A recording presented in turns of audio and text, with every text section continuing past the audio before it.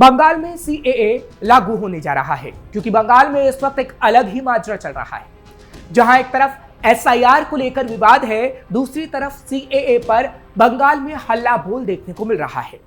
ममता जहां बंगाल में केंद्र सरकार पर सीएए लागू करने का आरोप लगा रही हैं, तो वहीं दूसरी तरफ ममता को लताड़ भी लगाई जा रही है। ऐसे में सीएए को लेकर बंगाल में हो रहे बवाल का सच क्या है, उसका कच्चा चिट्ठा हम आपके सामने रखेंगे।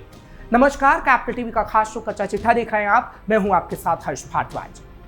बिहार में स्पेशल इंटेंसिव रिवीजन यानी एसआईआर के विरोध में गैर बीजेपी दलों यानी विपक्षी दलों ने संसद से सड़क तक मोर्चा खोल रखा है।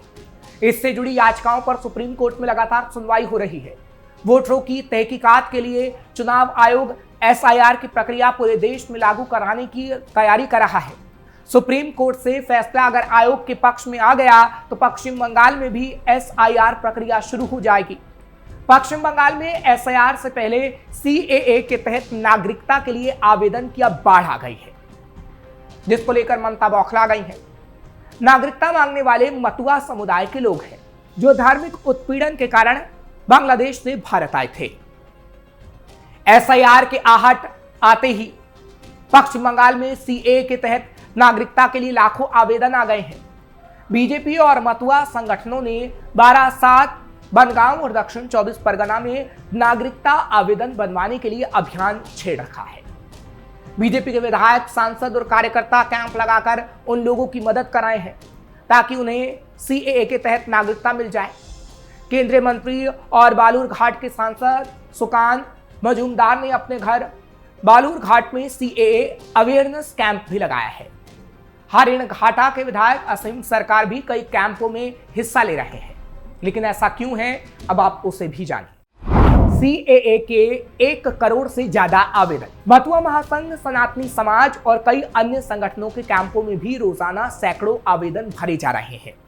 ऑल इंडिया मतुआ महासंघ के जनरल सेक्रेटरी महितोष वैद्य ने कहा है कि सिटीजन अमेंडमेंट एक्ट यानी सीएए के तहत सिटीजनशिप के लिए 1 करोड़ से ज्यादा आवेदन आ सकते हैं, क्योंकि 2002 की वोटर लिस्ट में बहुत से लोगों के नाम नहीं हैं। सीएए कानून के तहत अफगानिस्तान, बांग्लादेश और पाकिस्तान से आए अल्पसंख्यक हिंदू, सिख, बौद्ध, जैन, पारसी और ईसाई धर्म के लोगों को भारतीय नागरिकता देने की अनुमति देता है।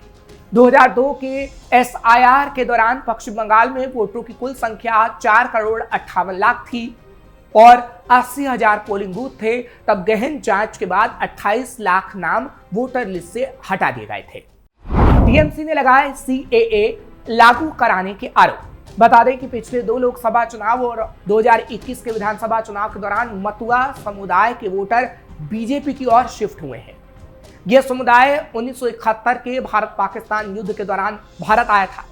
ये तभी से भारतीय नागरिकता की मांग कर रहे हैं। एसआईआर के बीच चल रहे अभियान से पश्चिम बंगाल की राजनीति गर्मा गई है।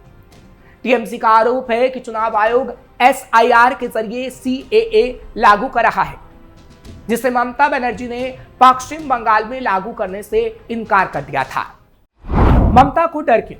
ममता बनर्जी की चिंता का मुख्य कारण बंगाल का 2026 विधानसभा चुनाव है, जहां टीएमसी और बीजेपी के बीच कांटे की टक्कर होगी। टीएमसी ने 2021 में 213 सीटें जीती थी, जिसमें मुस्लिम और गरीब वोटरों की बड़ी भूमिका थी।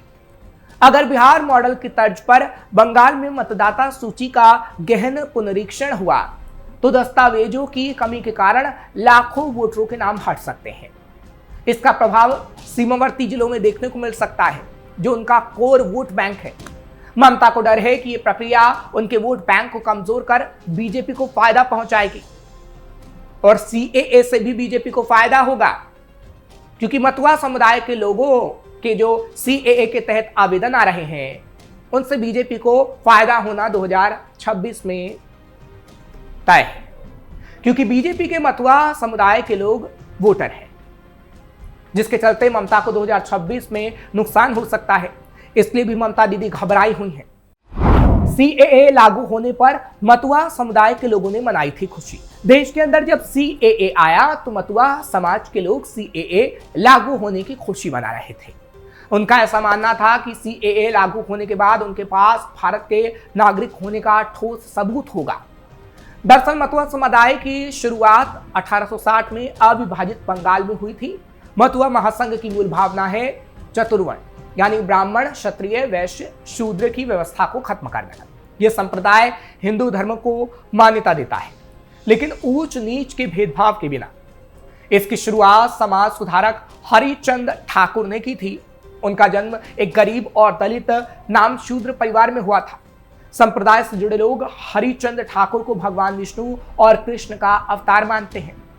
सम्मान में उन्हें श्री श्री हरिचंद ठाकुर भी कहते हैं। आजादी के बाद मतुआ संप्रदाय की शुरुआत करने वाला ठाकुर परिवार भारत आ गया। वो पश्चिम बंगाल में आकर बस गया, क्योंकि बंगाल 2 हिस्सों में बंट गया था। ऐसे में मतुआ महासभा को मानने वाले कई लोग पाकिस्तान के कब्जे वाले तत्कालीन पूर्वी बंगाल से भारत के पश्चिम बंगाल आ गए। हरिचंद ठाकुर की दूसरी पीढ़ी मतुआ समुदाय के केंद्र में थी। पूरा जिम्मा उनके पड़पोते प्रथम रंजन ठाकुर पर था। बांग्लादेश के बॉर्डर पर ठाकुरगंज नाम की एक शरणार्थी बस्ती भी बसाई गई थी। इसमें सीमा पार से आने वाले खासतौर पर नामशूद्र शरणार्थियों को रखने का इंतजाम किया गया था। प्रथम रंजन ठाकुर ने 1962 में पश्चिम बंगाल के नादिया जिले की अनुसूचित जनजाति के लिए रिजर्व सीट हंसखली से विधानसभा का चुनाव लड़ा और जीतकर वो विधानसभा भी पहुंचे थे। मतुआ समुदाय का बंगाल की राजनीति में अहम रोल। यहां से मतुआ समुदाय की ताकत बंगाल में लगातार बढ़ती रही और उनकी बढ़ती ताकत के आगे धीरे धीरे सभी नतमस्तक होते रहे। 70 के दशक के आखिरी सालों में पश्चिम बंगाल में कांग्रेस की ताकत कम हुई और लेफ्ट मजबूत हुआ। बंगाल की राजनीति के जानकार बताते हैं कि लेफ्ट की ताकत बढ़ाने में मतुआ समुदाय का हाथ रहा। 1977 के चुनाव से पहले प्रथम रंजन ठाकुर ने लेफ्ट को समर्थन दिया। बांग्लादेश से लगे इलाकों और मतुआ महासभा के भक्तों ने लेफ्ट पार्टी के लिए जमकर वोट किया। 1977 में लेफ्ट की सरकार बनी, जो साल 2011 तक शासन में रही। इस दौरान मतुआ समुदाय का समर्थन उन्हें मिलता रहा। हालांकि साल 2010 में मतुआ माता और प्रथम रंजन ठाकुर की पत्नी बीना पाणी देवी की नजदीकी ममता बनर्जी से बढ़ने लगी। 15 मार्च 2010 को ममता बनर्जी को मतुआ संप्रदाय का संरक्षक घोषित कर दिया गया। इससे औपचारिक तौर पर ममता बनर्जी का राजनीतिक समर्थन माना गया। इस दौरान पश्चिम बंगाल में लेफ्ट के खिलाफ माहौल बन गया था। तृणमूल कांग्रेस को मतुआ संप्रदाय का पुरजोर समर्थन मिला। 2011 में ममता बनर्जी मतुआ समुदाय के चलते ही चीफ मिनिस्टर बन गई। हालांकि साल 2014 में मतुआ कम्युनिटी की राजनीतिक ताकत में और इजाफा हुआ। मतुआ माता के बड़े बेटे कपिल कृष्ण ठाकुर को तृणमूल कांग्रेस ने बनगांव लोकसभा सीट से टिकट दिया। वो चुनाव जीते संसद पहुंचे। साल 2015 में कपिल कृष्ण ठाकुर का निधन हो गया। उनकी पत्नी ममता बाला ठाकुर ने इस सीट से 2015 उपचुनाव में तृणमूल कांग्रेस के ही टिकट पर चुनाव जीता। 5 मार्च 2019 को मतुआ माता का भी निधन हो गया और यहां से परिवार में राजनीतिक बंटवारा खुलकर सामने आने लगा। फिर 2019 के लोकसभा चुनाव में छोटे बेटे मंजुल कृष्ण ठाकुर ने बीजेपी का दामन थाम लिया। 2019 में मंजुल कृष्ण ठाकुर के बेटे शांतनु ठाकुर को बीजेपी ने बनगांव से टिकट दिया। वो सांसद बन गए, जिसके बाद ये समुदाय बीजेपी को ही वोट कर रहा है। बंगाल की राजनीति में अहम रोल। पश्चिम बंगाल की 11 लोकसभा सीटों पर मतुआ समुदाय की अच्छी खासी संख्या है।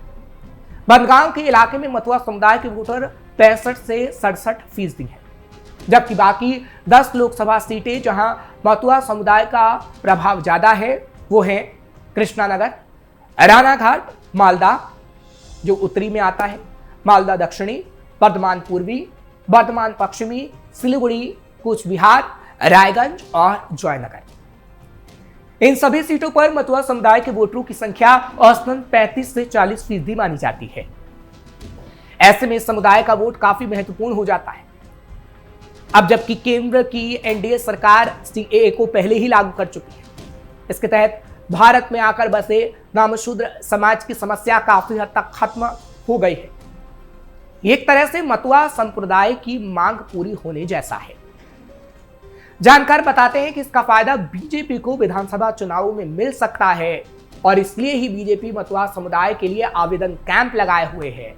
और जैसा कि हमने आपको बताया कि पश्चिम बंगाल में एसआईआर से पहले सीएए के तहत नागरिकता के लिए आवेदन की बाढ़ आ गई है, जिससे सीधा सीधा फायदा बीजेपी को होगा, क्योंकि यह समुदाय बीजेपी को ही वोट करता है। और इसलिए ही ममता बनर्जी काफी बौखलाई हुई नजर आ रही हैं। फिलहाल कच्चा चिट्ठा में आज के लिए बस इतना ही। कल फिर आपसे मुलाकात होगी। खबर आपको कैसी लगी कमेंट सेक्शन में जरूर बताएं। खबर को लाइक शेयर करें। कैपिटल टीवी को सब्सक्राइब करना मत भूलिएगा।